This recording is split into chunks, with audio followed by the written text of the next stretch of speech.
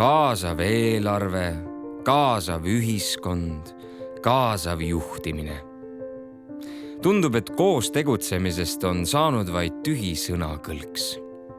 Aga mis saab siis, kui näeme puude taga metsa ja kaasame inimesi päriselt? Kui me tegelikult ka kaasame inimesi, kuulame neid, laseme neil loovalt tegutseda, sidudes igaühe isikupära ainulaadseks tervikuks ja kordumatuks suursündmuseks. Viimased 3 aastat on Nortali oma töötajate igasuvine suursündmus kandnud nime Planet Nortal. See tähendab, et 24 tunniks luuakse unikaalne keskkond, kus inimestel on võimalik lisaks kolleegidega kohtumisele kogeda midagi argipäevast kõrgemat.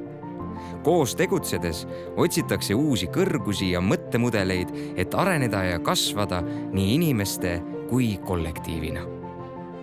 Sellesuvine Planet Nortal kandis pealkirja Everyday Hero. Iga inimene on oma unikaalsuses kangelane.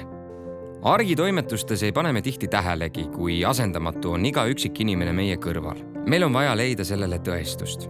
Ja nii küsisime töötajatelt, mida nad üritusel teha sooviksid.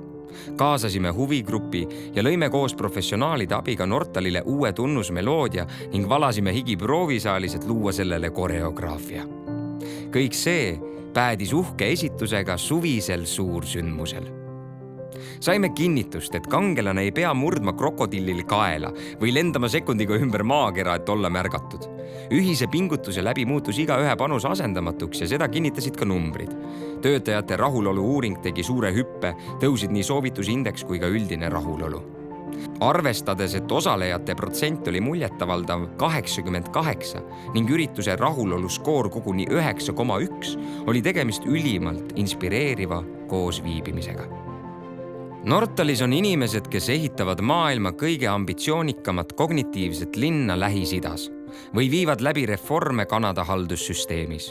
Selleks ongi vaja supervõimeid, aga ka kõige enesekindlam kangelane vajab selle kohta meeldetuletust ja õlale patsutust.